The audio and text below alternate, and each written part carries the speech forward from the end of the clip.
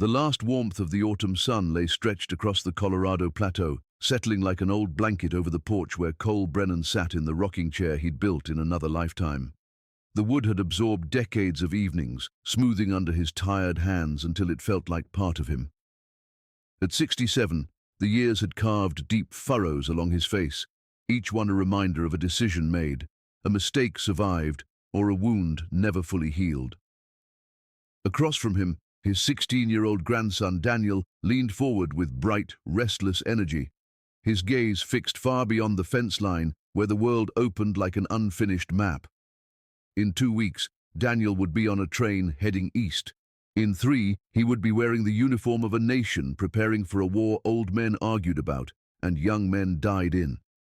Cole watched him and felt ghosts stir. Seth Morrison, barely 20, climbing onto a wagon he never returned from.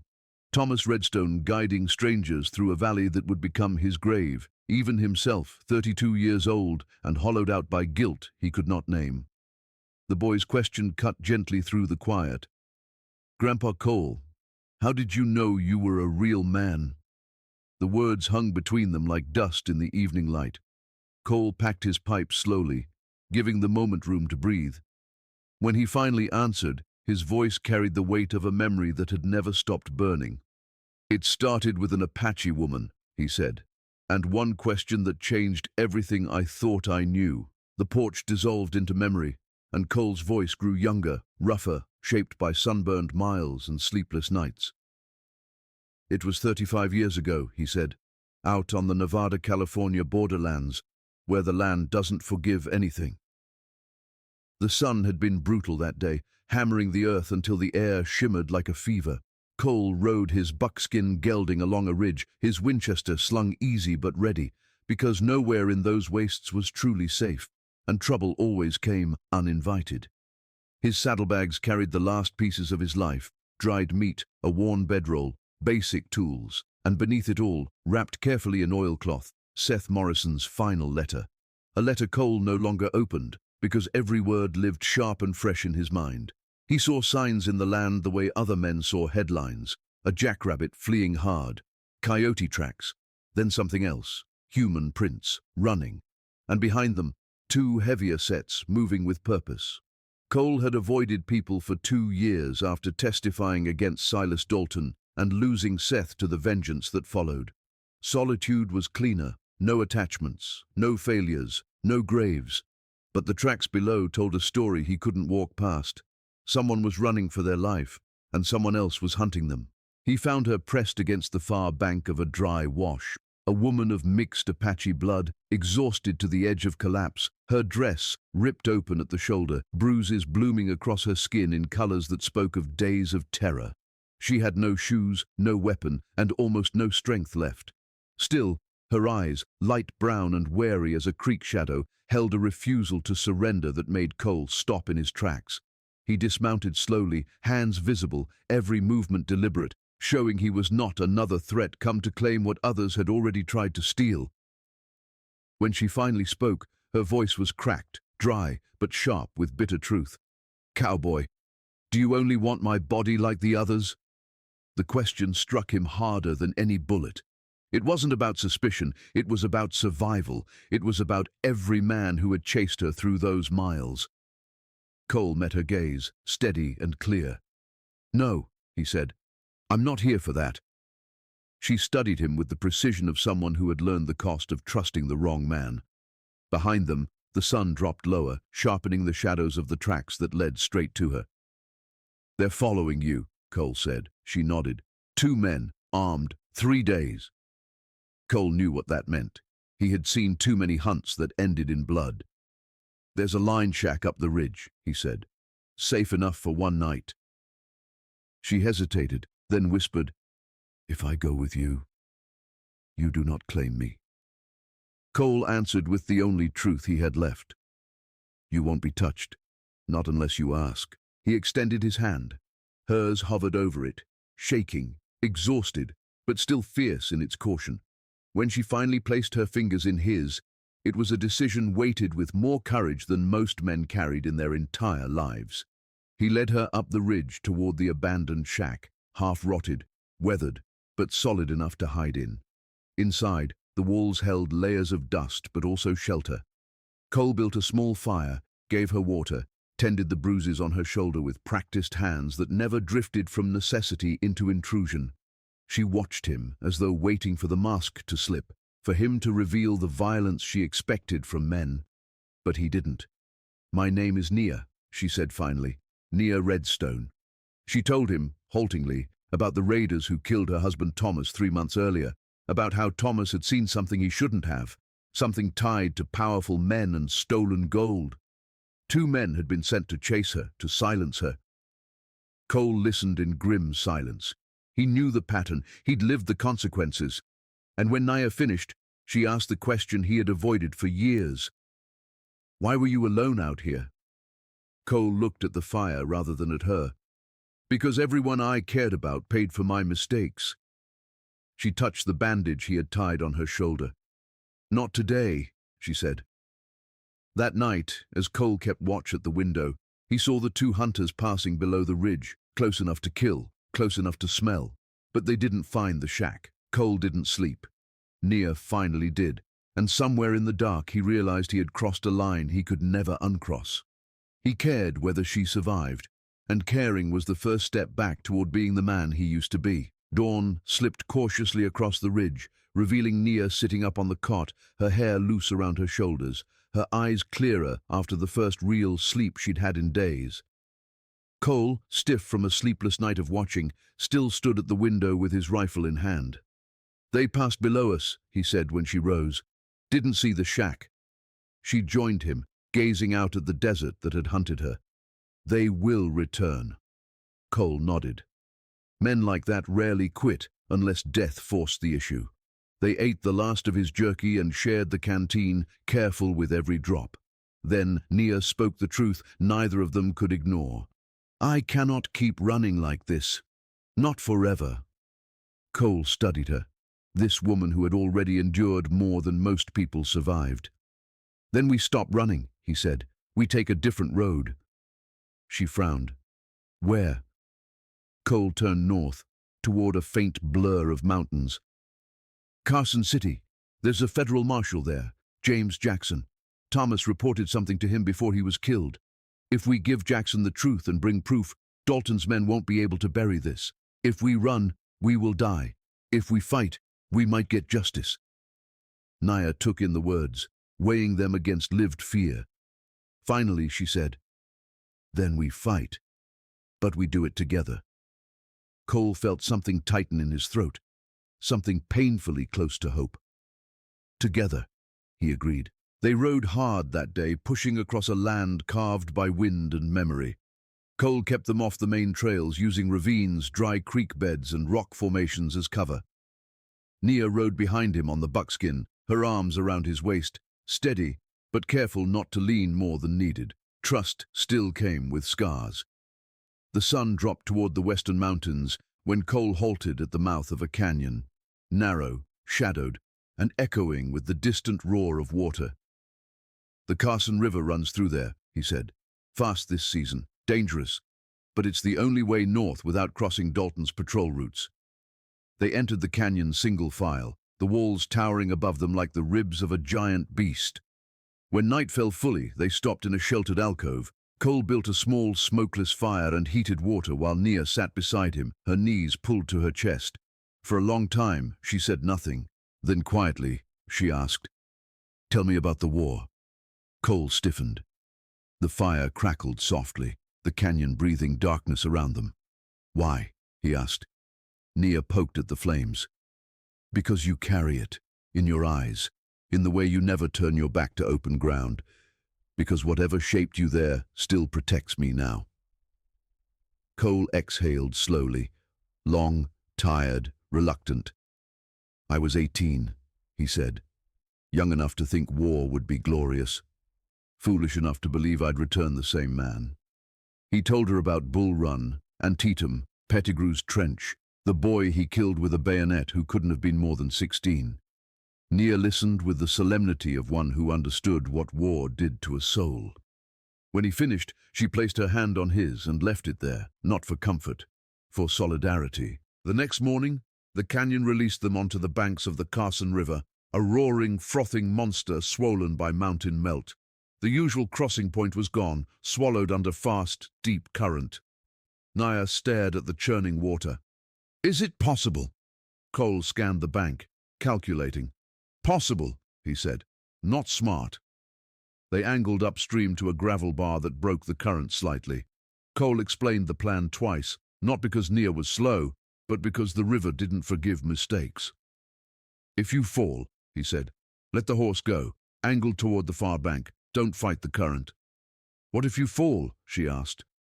Cole hesitated, then answered honestly. "You run. You find Marshall Jackson. You live, even if I don't." Her jaw tightened, but she nodded. They rode into the freezing water. The river slammed into them like a living force, testing the horses' legs, trying to drag them sideways. Halfway across, the bay gelding stepped wrong, its hind leg sliding off a smooth stone, and Nia was ripped from the saddle with a cry. Cole didn't think. He dove after her, the cold shocking every muscle, the current tumbling him end over end. He surfaced once, saw her going under, and lunged. His hand caught her wrist, slipped, caught again. They were battered against submerged rocks, dragged downstream, choking on mud and foam. But Cole used every ounce of strength to push them toward a calm eddy where the water slowed. They crawled out together, shaking violently, coughing river water onto the stones. Nia clung to him, her voice trembling. I thought that was the end." Cole brushed wet hair from her face. "Not while I'm breathing," he rasped. As she wrapped the bandage, she looked directly into Cole's eyes. "You're trying to save me to rewrite your past, to erase the guilt you carry for that boy, Seth." Cole looked away, jaw tight. "Maybe." "You can't," she said softly. "But you can choose who you are now, and the man you are now is worth believing in." Before Cole could answer, a gunshot shattered the window, wood and dust exploding inches from his head. Cole yanked Nia to the floor, heart pounding. "They found us," she whispered. 4 silhouettes moved outside, spreading out to encircle the homestead. The tall tracker's voice echoed through the dusk. "Brennan, Dalton wants the woman alive. He doesn't give a damn about. Hand her over and maybe we let you crawl away." "Not happening!" Cole shouted back. Gunfire erupted, splinters flying, adobe walls showering dust. Cole positioned Nia at the east window. "Only shoot if you see a target." "I have other skills," she answered, gripping a roof beam. Despite the danger, Cole felt the ghost of a smile. He dropped one man with a leg shot. Nia spotted another carrying a torch. "Let him come closer," she said. Cole hesitated, but trusted her. The man ran closer, torch blazing. At the last second, Nia stood in the window, drawing his aim. He froze, startled, and Cole fired, sending the torch tumbling into brush outside where it ignited a fast-moving fire. "Why?" Cole asked. "Better he drop it there than throw it into the house," she said. But the smoke thickened, filling the homestead's interior. "We can't stay," Cole coughed. "My grandmother built a tunnel," Nia said calmly. Under the fireplace. The escape tunnel was nothing more than a narrow passage carved through packed earth, reinforced by old wood slats that groaned as Cole and Nia lowered themselves into the darkness. Smoke poured into the homestead above, crawling down the fireplace and following them like a living thing. Cole slid the loose stones back behind them, sealing off the entrance as best he could, while the sounds of gunfire and shouting echoed overhead. "Keep moving," Nia whispered, her voice steady despite the danger, her silhouette barely visible in the dim light filtering through the tunnel's far end. The cramped space scraped at Cole's shoulders, every movement dragging fire through his infected wound, but he pushed forward. The tunnel twisted slightly, the kind of craftsmanship born of necessity rather than skill, and then the faint glow grew brighter. They emerged behind a low pile of boulders about 100 yards north of the burning homestead. Smoke rose like a signal to the desert sky, orange sparks drifting upward as Dalton's men realized their prey had vanished. Cole grabbed Nia's hand. "Run!" They sprinted into the deepening night, stumbling through sage and shadow, their lungs burning, legs shaking, not stopping until the distant shouts faded and only the desert wind remained. When they finally collapsed on the floor of a dry wash, Cole's fever surged again, hot and terrible. Naya held him close, her cool hands pressed to his burning skin. "Stay with me, Cole," she whispered. "We're almost there." They moved north the next morning, slowly, carefully, following the terrain's natural folds to stay hidden. Cole's fever broke shortly before dawn, leaving him drained but conscious, his strength returning through sheer will. Nia remained near him, supporting him without smothering him, speaking when needed and silent when words would only steal energy. By midday, the outskirts of Carson City appeared like a mirage on the horizon, larger and louder than Cole remembered. Smoke from the stamp mills drifted across the sky, mingling with dust kicked up by wagons and miners. The town was built on silver and desperation, and both were dangerous foundations. "We need a safe entry," Cole said. "Dalton has eyes everywhere." Nia pointed toward a cluster of wooden structures on the far eastern edge. "Lee May," she said. "My friend. She runs a laundry. She'll help us." They skirted the town's perimeter, approaching the back of the laundry. Nia knocked in a distinct pattern, 3 quick taps, 2 slow ones. The door opened almost instantly. Lee May, small and wiry with sharp, assessing eyes, stared at them in shock. "Nia Redstone," she breathed. "I heard you were dead." Nia stepped forward. "Almost. We need your help." Lee May stepped aside immediately, ushering them inside. The heat and steam of the laundry washed over them, the hiss of boiling water, the scent of soap, the soft rustle of drying sheets. She led them to her private back room, where Cole sank into a chair as if gravity had suddenly increased. "You look worse than a hanged man," Lee May said bluntly. "When did you last eat?" Cole wasn't sure. Naya answered for him. 2 days. Lee May clucked her tongue and hurried to prepare rice and tea. When the food was gone and the color had returned slightly to Cole's face, Lee May sat opposite them, her expression grave. "Men came asking about you weeks ago," she said. "Offered money, more than most people here make in a lifetime. They said you two were criminals." Nia shook her head. "Dalton's lies." Lee May nodded. "I told them nothing. Your husband, Thomas, saved my life once. I repay my debts." Her gaze shifted to Cole. "You're the cowboy, the one the trackers are hunting." Cole inclined his head. "Name's Brennan, Cole Brennan." Something like recognition flickered in her eyes. "Dalton arrived yesterday," she continued. "He's meeting with Horace Webb, the mining magnate. Together they run this town. They have the mayor, the sheriff, half the businessmen in their pockets." She leaned in. "The only honest law here is Marshall Jackson." Cole felt tension ease from his shoulders. "He's alive." "Yes, but watched everywhere he goes." Nia reached inside her clothing and produced Thomas's journal, worn, dust-stained, precious. "This has proof," she said. "Records, telegraphed messages, names." Lee May nodded. "Then you have a chance. But getting to Jackson won't be simple. Dalton has the hotel surrounded. Go in secretly, you die. Go in openly, Dalton will hesitate." Nia's gaze sharpened. "Tomorrow is Sunday. The town gathers at the Grand Hotel after church. Everyone will be there. If we confront Dalton, then, publicly, he can't just shoot us." Cole stared at her. "That's suicide." "It's justice," Nia answered softly. They spent the night hidden in Lee May's back room. Noise from the laundry faded with evening, replaced by distant piano music drifting from saloons and the clanking of the stamp mills working late into the night. Cole cleaned his revolver methodically, feeling strength return with each familiar motion. Nia sat beside him, her shoulder brushing his occasionally, a warmth he hadn't known he'd needed. "If tomorrow goes wrong," she began. Cole touched her hand gently. "It won't," she continued anyway. "I want you to know something. These days with you, running, fighting, almost dying, they brought me back to life. After Thomas, I thought my future died with him." Cole turned toward her. "And now? Now I believe there can be a tomorrow." The words hit him like a quiet sunrise. Slow, warm, life-giving. "When this is over," he said, choosing his next words with care, "I'm heading north.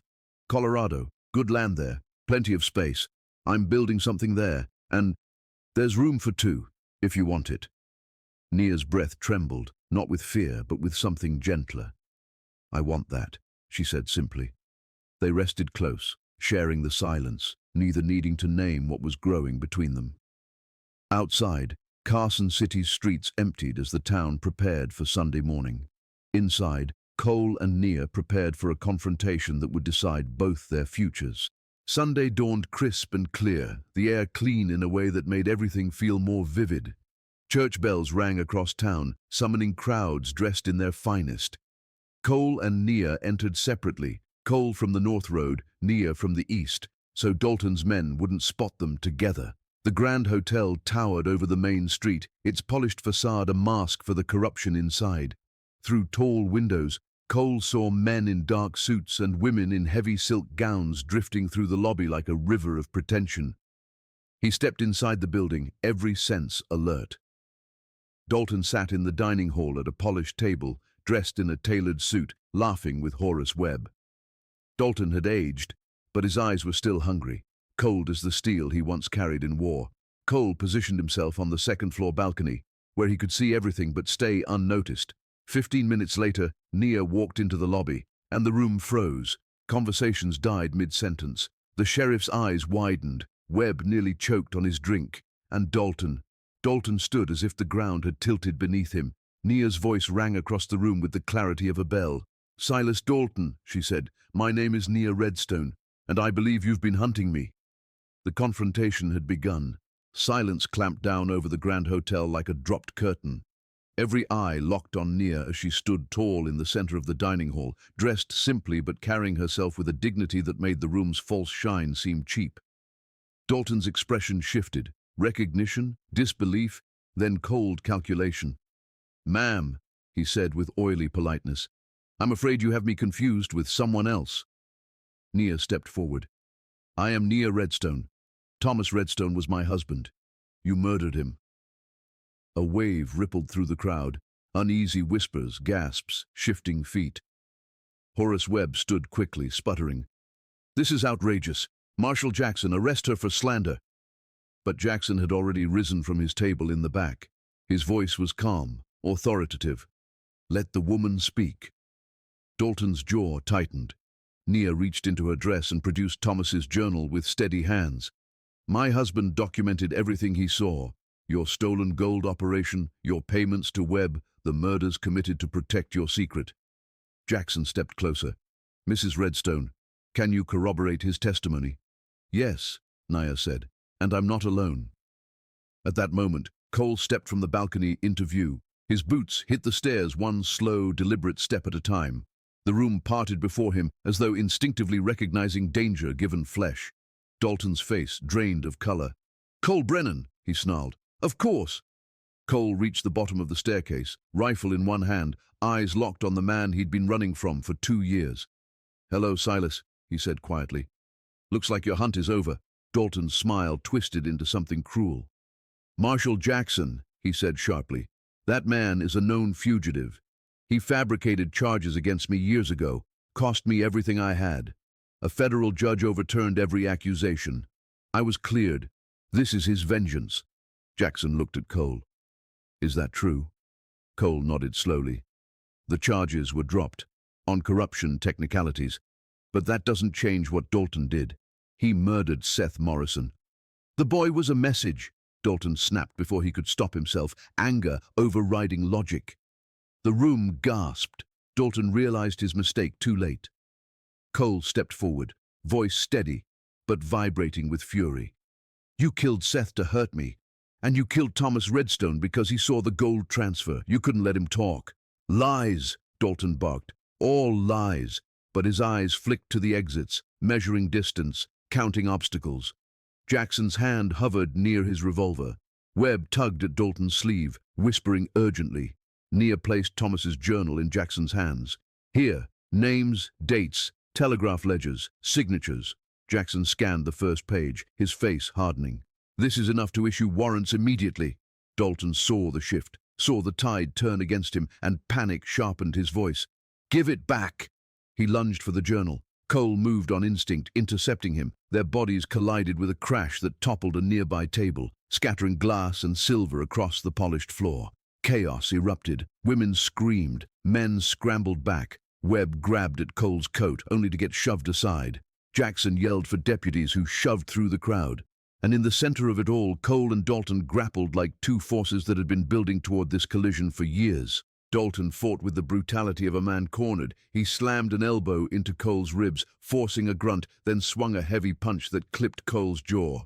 Cole staggered but recovered quickly, answering with a blow to Dalton's midsection. Furniture splintered as they crashed through a serving table, scattering plates and food across the floor. Webb shouted orders at his hired gunmen, who tried to push through the panicked crowd, but Jackson's deputies intercepted them. A chair skidded across the floor. Someone fired a warning shot. Glass shattered overhead as Cole hurled Dalton into the bar. The polished mahogany cracked from the impact. Dalton snatched up a whiskey bottle and swung it in a vicious arc. Cole ducked, but not fast enough. The bottle caught the edge of his cheek, exploding into shards that sliced a hot line across his face. Pain flared, but Cole didn't pause. He drove an uppercut into Dalton's jaw, sending him stumbling back. Dalton snarled, wiping blood from his split lip. "You should have stayed dead in that river," he spat. "I'll finish the job." He grabbed a jagged piece of glass and lunged. Cole blocked the slash with his forearm, the glass carving a deep gash. He hissed, grabbed Dalton's wrist, twisted. The shard fell with a clink. They crashed to the ground, rolling, each trying to gain leverage. Dalton's fingers locked around Cole's throat, tightening fiercely. Cole's vision dimmed as he strained for breath. The roar of the room faded beneath the pounding of his pulse. Dalton leaned closer, breath hot with blood and whiskey. "I always win," he hissed. Cole clawed at his grip, fighting the darkness creeping in. Spots danced before his eyes. Death felt inches away. Then, crack. A bottle smashed across Dalton's skull. Dalton collapsed sideways, groaning. Cole sucked in air, each breath sharp and burning, and rolled onto his hands and knees. Nia stood behind Dalton, gripping the jagged remains of a whiskey bottle, her chest heaving. "Not this time," she said. Her voice trembled, not with fear but with fierce resolve. Cole forced himself upright, even as pain radiated from his throat and arm. Dalton staggered up again, blood running down his face, fury twisting his features into something monstrous. With a desperate roar, he charged at Cole, intending one final, killing blow. Cole stepped aside at the last instant, catching Dalton's arm. Using the man's momentum, he pivoted and drove him headfirst into the edge of the bar. Dalton hit with a sickening thud, slid to the floor, and didn't rise. The room held its breath. Cole stood over him, chest heaving, fists clenched. One more punch, one more blow would end it permanently. There was a moment, a heartbeat, where vengeance whispered in his ear, but then he saw Seth's face in his mind. Seth smiling, hopeful, young. "You taught me how to live right," the boy had once said. Cole lowered his fist. "No," he said quietly. "You face trial, real justice." Jackson reached them, deputies at his sides. "Step back, Brennan." Cole obeyed, and Dalton was hauled to his feet, bloodied, broken, cursing wildly. "Silas Dalton," Jackson announced. "You are under arrest for murder, conspiracy, and theft of federal property." Dalton sneered through shattered teeth. "You have nothing, no proof, no witnesses." "Actually," someone said from behind. The crowd parted. Pike Thornton, Dalton's own tracker, the tall man from the ridge, stepped forward, hands raised. He looked tired, worn, like a man whose sins had finally caught up to him. "My name is Pike Thornton," he said. "I worked for Dalton, and I'll testify to all of it." Dalton froze, horror etched across his bruised face. "You traitor." "No," Pike said quietly. "I'm just done killing for you." Jackson nodded sharply. "Deputies, take them both." Webb tried slipping out a side door but was seized by two deputies before he made it 3 steps. "Let me go," Webb wheezed. "I am a respected businessman." "You're an accessory to murder," Jackson said coldly. The Sunday social crowd stood stunned, stripped of illusions, as half their supposed pillars of society were marched out in irons. Cole turned to Nia, blood streaking his face, his body trembling from exhaustion and wounds. She reached for him instantly. He folded into her arms, eyes closing briefly as she held him. "You saved my life," he murmured. "We saved each other," she replied. Jackson approached them, his expression softer. "You two just brought down the largest criminal operation in Nevada. You should be proud." Cole managed a tired smile. "Feels more like I got run over by a freight wagon." "Justice usually does," Jackson said. He tipped his hat, then gestured toward the growing crowd outside. "Come on, let's get you both somewhere safe." As they stepped into the bright Nevada sunlight, the weight of 2 years finally lifted from Cole's chest. Dalton was in chains. Webb was finished. Thomas Redstone had justice. And for the first time in years, Cole Brennan felt like a man who could breathe again. Together, he and Nia walked forward, ready for whatever waited next. Marshal Jackson's office smelled of ink, dust, and the slow-burning oil lamp on his desk. It was a small, sturdy room. Nothing decorative, nothing wasted. Just the kind of workspace a man used when he valued truth over comfort. Cole sat stiffly in a wooden chair, shoulder freshly bandaged, while Nia paced along the wall, restless energy rippling beneath her calm exterior. Through the window, deputies escorted Dalton and Webb to separate holding cells, their curses drifting faintly through the hall. Pike Thornton sat in another room giving a full statement to a federal prosecutor summoned from Sacramento. His testimony spilled out like a dam finally breaking. Names, roots, gold caches, murders, bribes, every dark thread of Dalton's empire. Jackson scribbled rapidly, sorting evidence into piles, cross-checking dates in Thomas's journal. "It fits," he murmured at last. "All of it matches. Redstone's notes, Pike's testimony, the telegraph records. They proved Dalton was smuggling stolen Union gold through Webb's mining operation." He sat back, looking tired but satisfied. "This is the strongest case I've held in 10 years. Murder, conspiracy, federal theft. Even with the best lawyers in California, Dalton won't escape this time." Nia stopped pacing. "Will he hang?" Her voice was steady, but carried the weight of a widow's grief. Jackson nodded once. "Yes, and Webb will spend the rest of his life in a federal cell." Cole exhaled slowly. The justice Thomas deserved was finally real. Cold, hard, undeniable. And the burden Cole carried for Seth felt just a little lighter. The land they found was tucked between rolling foothills and the vast sweep of the Rocky Mountains, a place where the wind carried the clean scent of pine and the cry of hawks drifting above the ridges. They used part of the reward money to claim 160 acres under the Homestead Act, signing the papers with a sense of disbelief.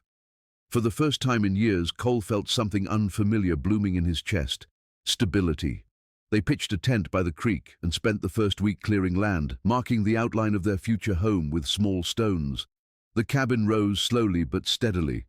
Cole worked with practiced hands, shaping logs, notching corners, building a stone chimney, one heavy rock at a time. Nia helped cut timber, carried nails, smoothed clay between the seams, and tended a small fire that never seemed to go out. At night, they lay under the stars, sharing stories, hers of her grandmother, of identity and survival, his of the war, of Seth, of the long years spent wandering. With every shared memory, the past became less a weight and more a foundation. By the 3rd month, the cabin was complete, a modest home with a sturdy porch, a chimney that threw warm light into the darkness, and windows that caught the morning sun. Nia planted a garden behind the cabin, sage, corn, beans, and herbs her grandmother had taught her to use. Cole purchased 6 horses and began training them for local ranchers. Their days were filled with work, their nights with a peace neither had known in years. One cool autumn afternoon, as golden leaves fluttered across the yard, a single rider approached, the outline of a long coat recognizable even from a distance. Marshal Jackson dismounted stiffly, accepting a hot cup of coffee with a weary smile. "Thought you'd want to know," he said, settling onto the porch. "Dalton's trial concluded last week, convicted on all counts." Cole and Nia exchanged a long, quiet look. Justice, long delayed, had finally come. "He'll hang next month," Jackson continued. "Webb received 20 years, assets seized. Pike testified, fully. Without him, It would have been harder. Nia nodded. Sometimes people choose a better road, even late. Jackson studied Cole for a moment, then reached into his coat. I also came with an offer, he said. The Federal Marshal Service is expanding. We need men like you, good men, experience, discipline. The pay's steady. The badge is honest. Cole's breath caught. The old version of himself would have leapt at the chance, would have seen it as redemption, purpose, a mission. But he wasn't that man anymore. He looked at Nia standing beside him, strong, steady, her hand resting unconsciously on her belly. Thank you, Cole said softly. But I'm done chasing. I've got something worth staying for. Jackson smiled knowingly. Can't argue with that. He mounted his horse, tipped his hat, and rode away, leaving Cole and Nia standing together on their porch with the mountains rising like guardians around them. When the marshal disappeared down the dusty trail, Cole turned to Nia and noticed the way her hand lingered over her abdomen. Something clicked. Nia, he said gently, is there something you haven't told me? She took his hand, placed it over her belly and whispered, I'm pregnant. Time seemed to pause. Wind rustled through the orchard. The creek murmured softly nearby. Cole felt his heart expand, overwhelmed by joy, fear, wonder, all tangled into something indescribably profound. Are you sure? He asked. 3 months, maybe 4. Her eyes shone with both courage and vulnerability. How do you feel? Cole swallowed hard. Years of wandering flashed through his mind. Seth's death, the guilt, the running, the battles, the fear of failing someone again. But this time, this was different. This was a chance to choose life instead of fleeing from loss. I feel ready, he said. Nia's smile was radiant, tender, fierce. They stood in each other's arms as the sun dipped behind the mountains, painting the sky in shades of rose and gold. For the first time in decades, Cole understood what home truly meant, and what it meant to build a future worth protecting. The desert was behind them. The running was over. Ahead was something fragile and astonishing. Hope. 3 years slipped by on the Colorado homestead like pages gently turning in a well-loved book. Seasons carved their rhythm into the land, snow piling thick against the cabin walls in winter, wildflowers blooming in fierce color come spring, thunderstorms rolling off the Rockies in summer, and crisp golden light washing the valley each autumn. The small family that Cole and Nia had built grew in steady harmony with the land. Their daughter Sarah, named for Cole's mother, learned to walk along the creek, her tiny footprints twisting among pebbles and deer tracks. She grew fast, wild-haired and curious, a child of 2 cultures and 1 fierce lineage. Nia taught her the stories of her Apache grandmother, the meaning of every plant in the garden, how to track a quail by reading the dust, and how to listen to the land when it whispered warnings. Cole taught her how to brush a horse, how to hold a hammer without bruising her thumb, how to find true north by watching the stars. The cabin expanded, first a small barn, then a corral, then a smokehouse. Cole's horse business prospered quietly, earning enough to keep them comfortable, but never bound to greed. He worked hard, but each night when he stepped onto the porch with Nia at his side, he felt a deep contentment settle in his bones. Not joy, exactly. That was too fragile a word. But peace. The kind only earned after years of scars and choices and survival. One summer evening, long after the chores were done, Cole sat on the porch repairing a saddle while Nia played softly with Sarah in the yard. Fireflies flickered around them like tiny drifting lanterns. The horses snorted quietly in the corral, and the air carried the scent of pine sap and warm soil. Nia approached the porch steps, her braid catching the last strands of sunset. She caught 3 fireflies today, Nia said, smiling as Sarah scampered around, chasing glowing specks. Cole leaned back in his chair, admiring their daughter. She's fast, he said. Got your grandmother's spirit.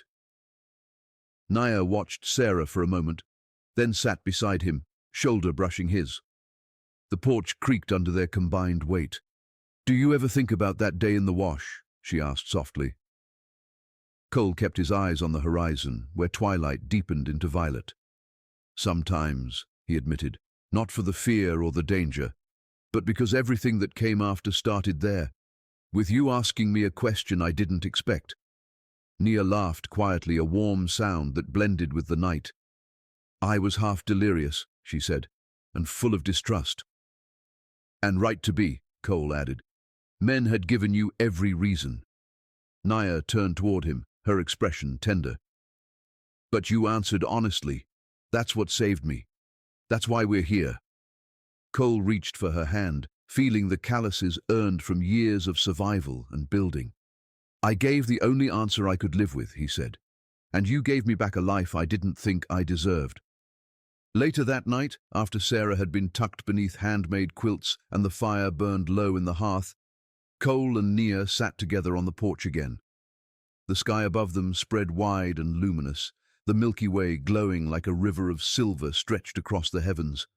Coyotes howled somewhere in the distance, their voices rising and falling in haunting harmony.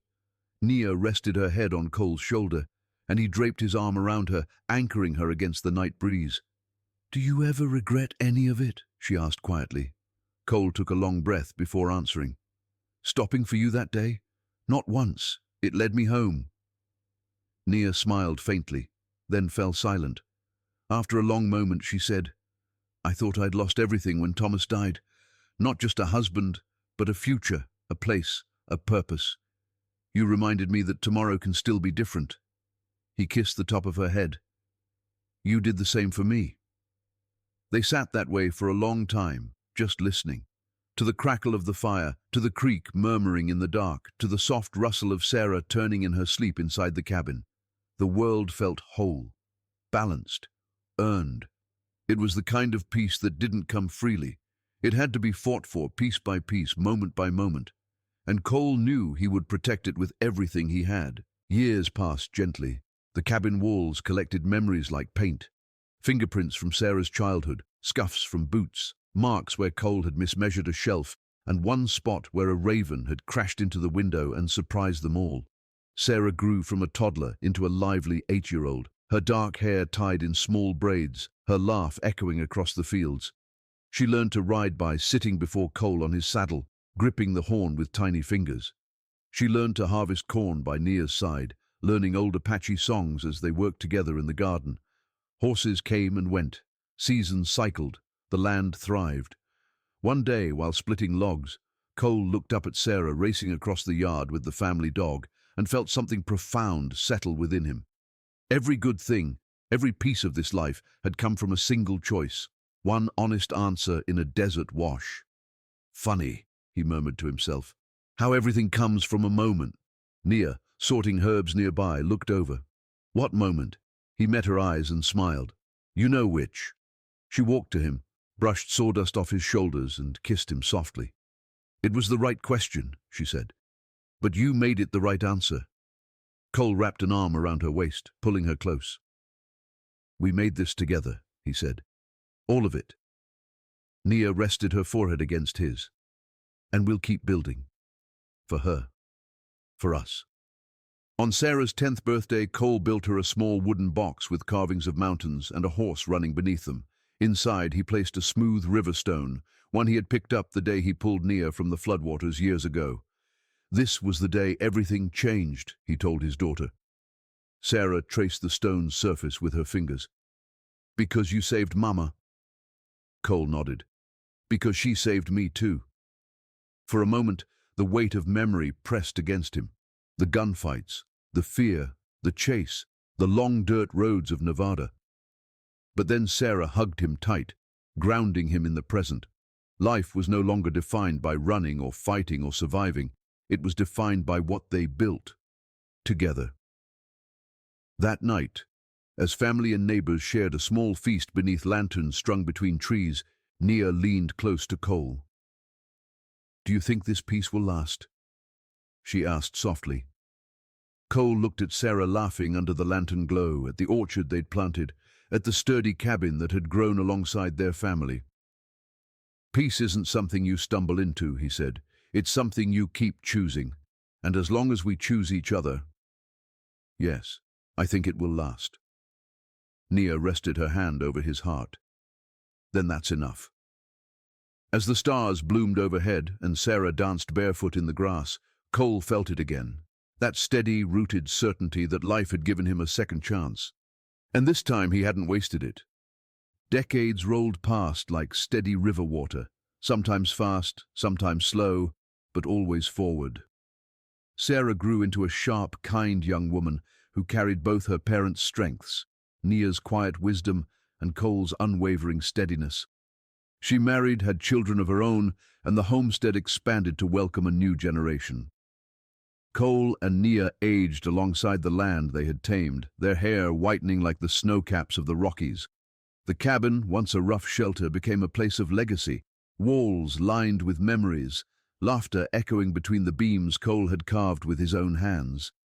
If the early years of their lives were defined by running and survival, these later years were shaped by teaching, guiding, and remembering. Cole found himself telling stories more often about Seth Morrison, about the war, about the moment in the desert wash that changed everything.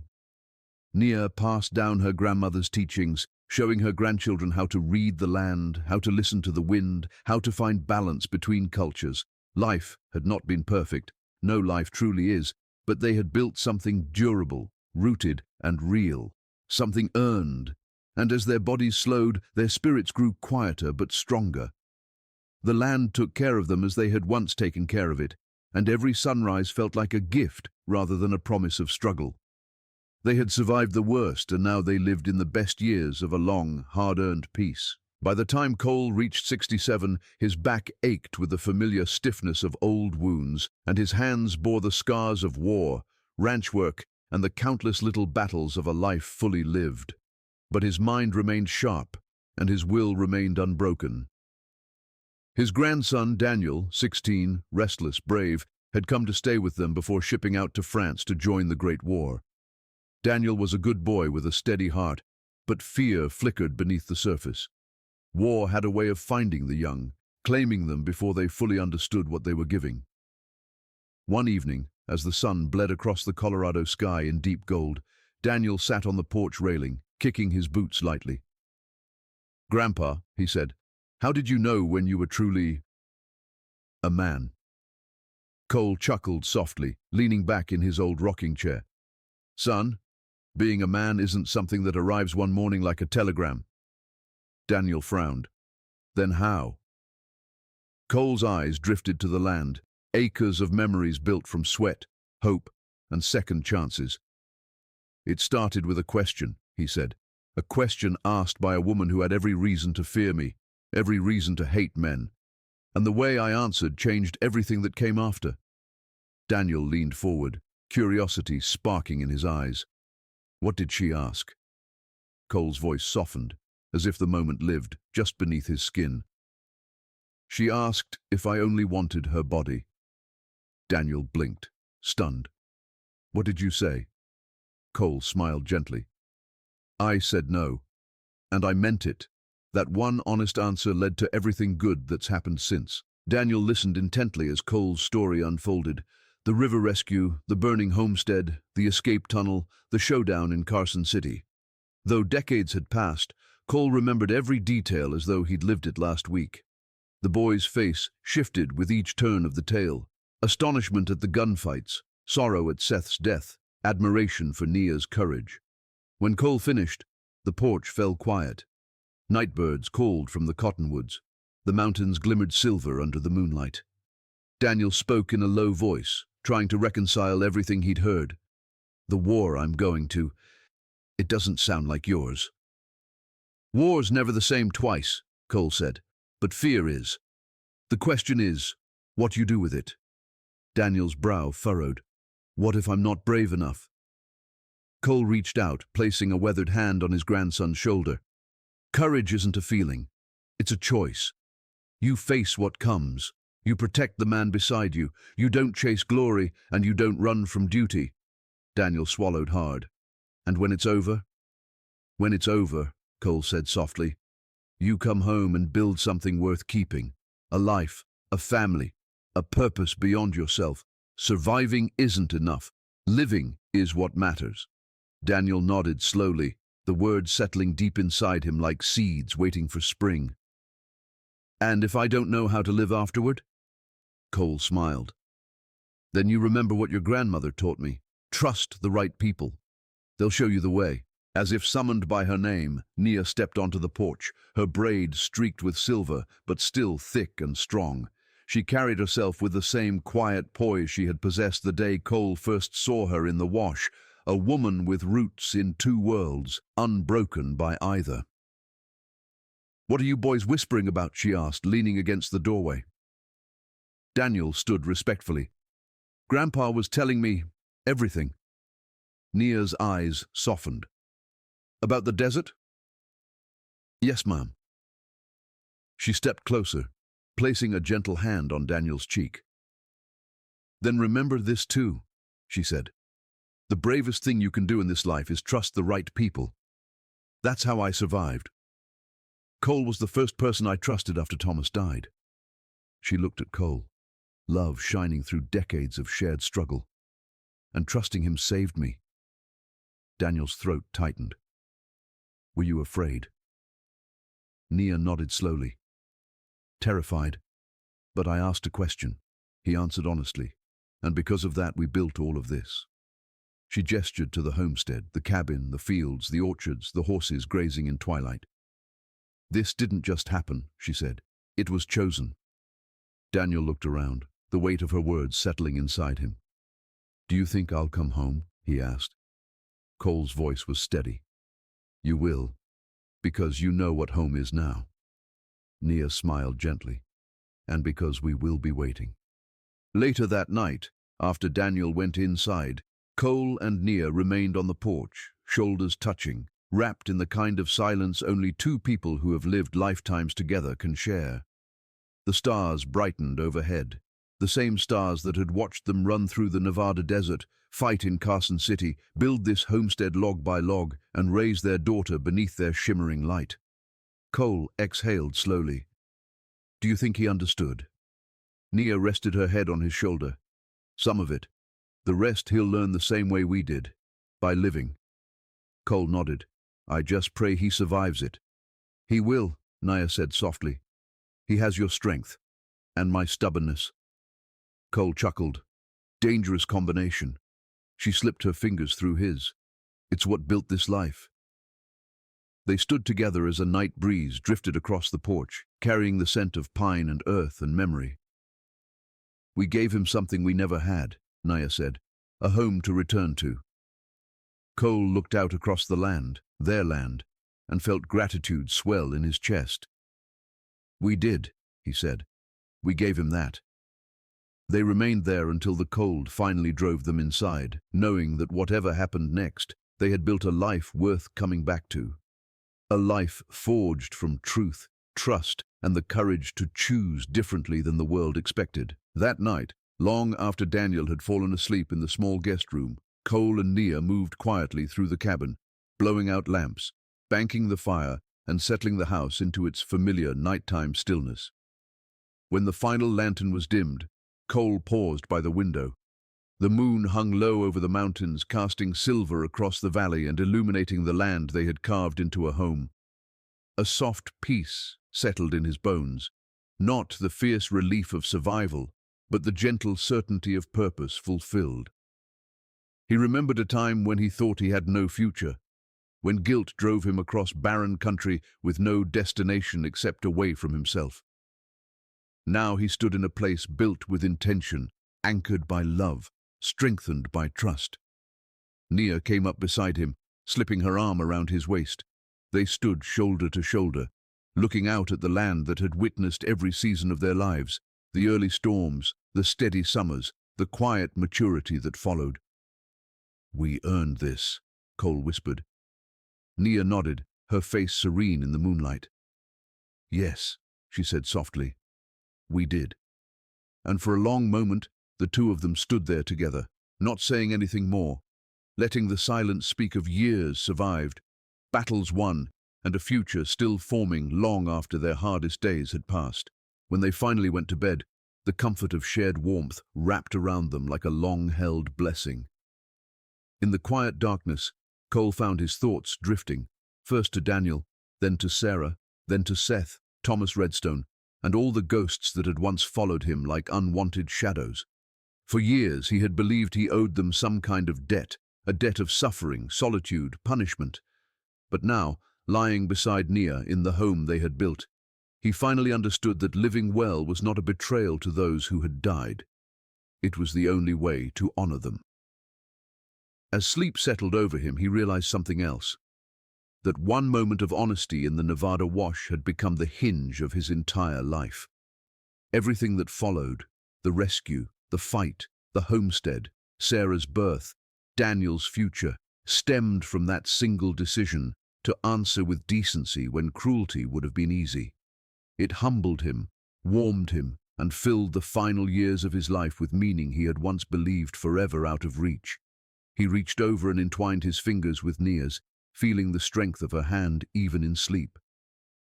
"We did right," he whispered into the darkness. Nia stirred slightly, murmuring softly, as if she had heard him from the edge of dreams.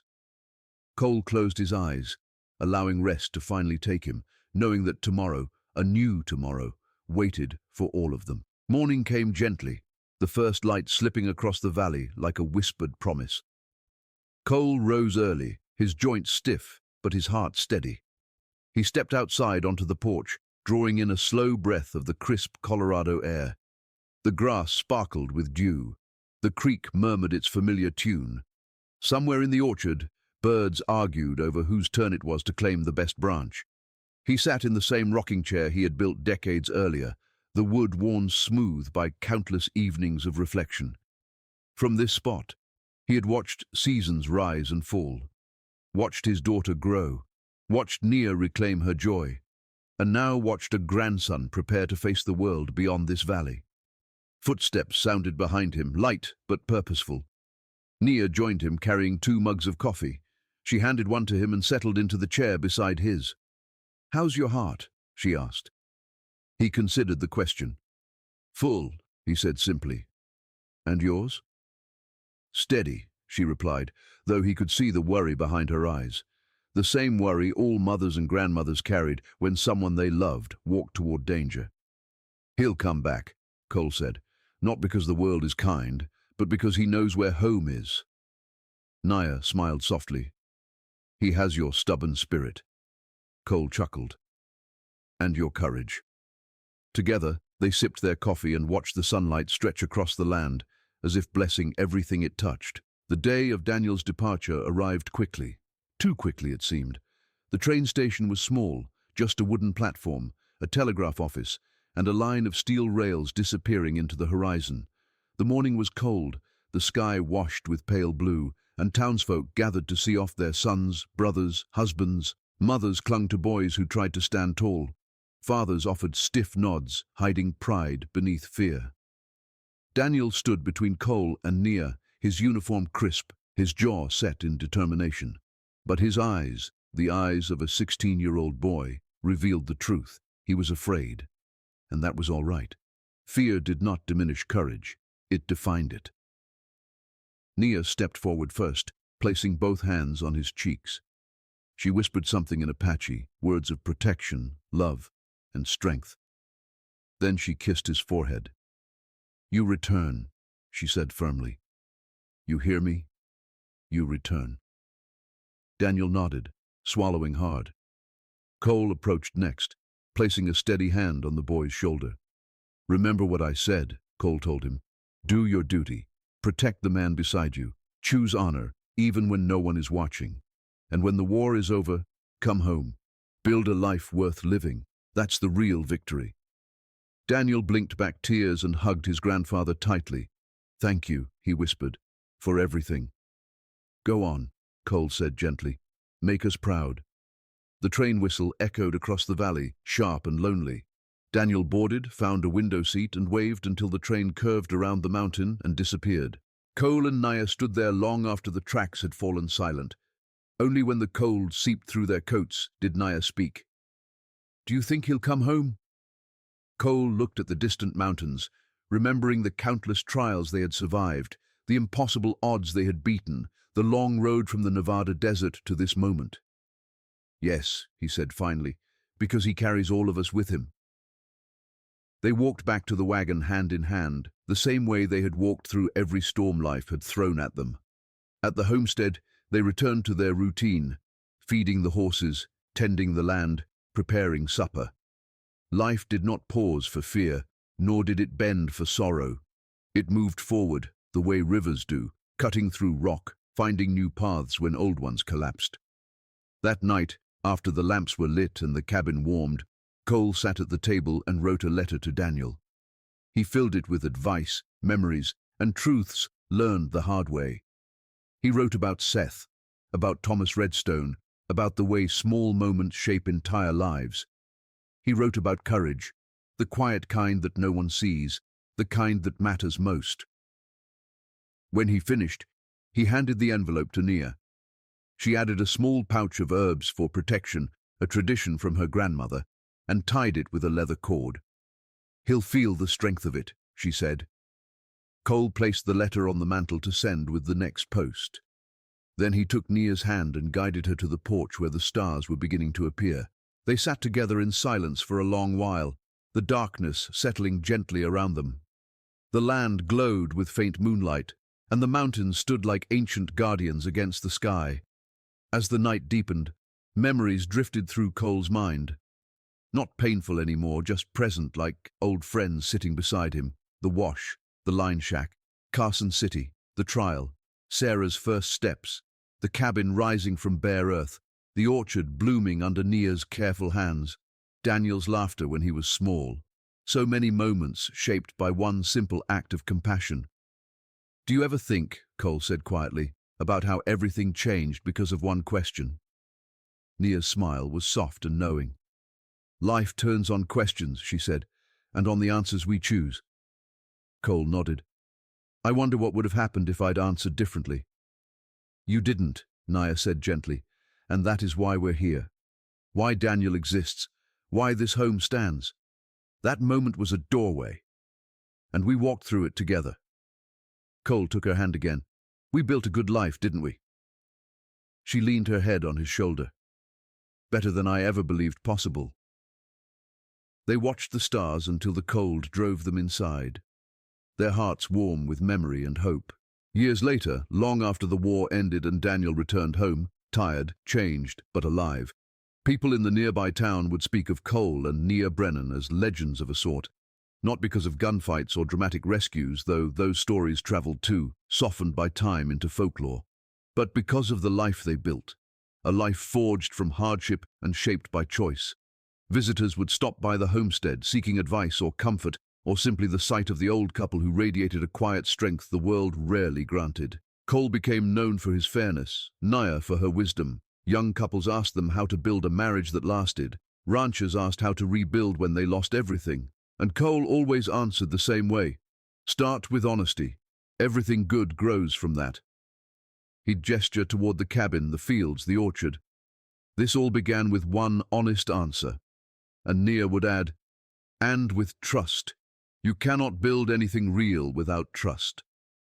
Their home became a gathering place, a haven for travelers, a school for younger generations, a sanctuary for anyone wrestling with fear or doubt. And through it all, Cole and Nia remained partners, equals, two halves of a story that had begun in desperation but unfolded into hope.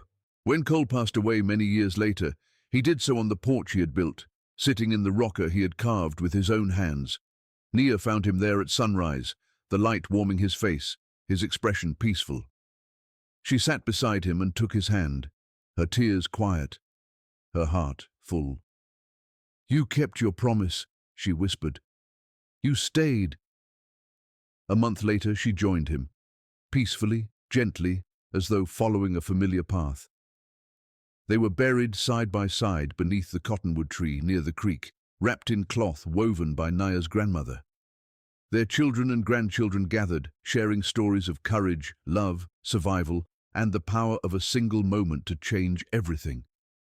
Daniel, now grown, placed a small wooden carving, a miniature of the old cabin, on their graves. "You taught me how to live," he said softly, and he meant it. The homestead passed to the next generation, and the next after that. The cabin remained sturdy. The orchard grew wide. The land flourished under the hands of those who remembered the story. And in the evenings, when the stars came out, people swore they could feel the presence of Cole and Naya, warm, watchful, and woven into the land they had shaped together. Their story lived on because it had never been about violence or vengeance, though both had shaped its early chapters. It had been about integrity, about trust, about choosing compassion even when the world offered cruelty, about answering the hardest question with the truest words. And because of that, everything beautiful that followed had been possible. Their legacy was not just a homestead, it was a lesson. Be honest, be brave, build something worth living for. And under the Colorado stars, that legacy endured.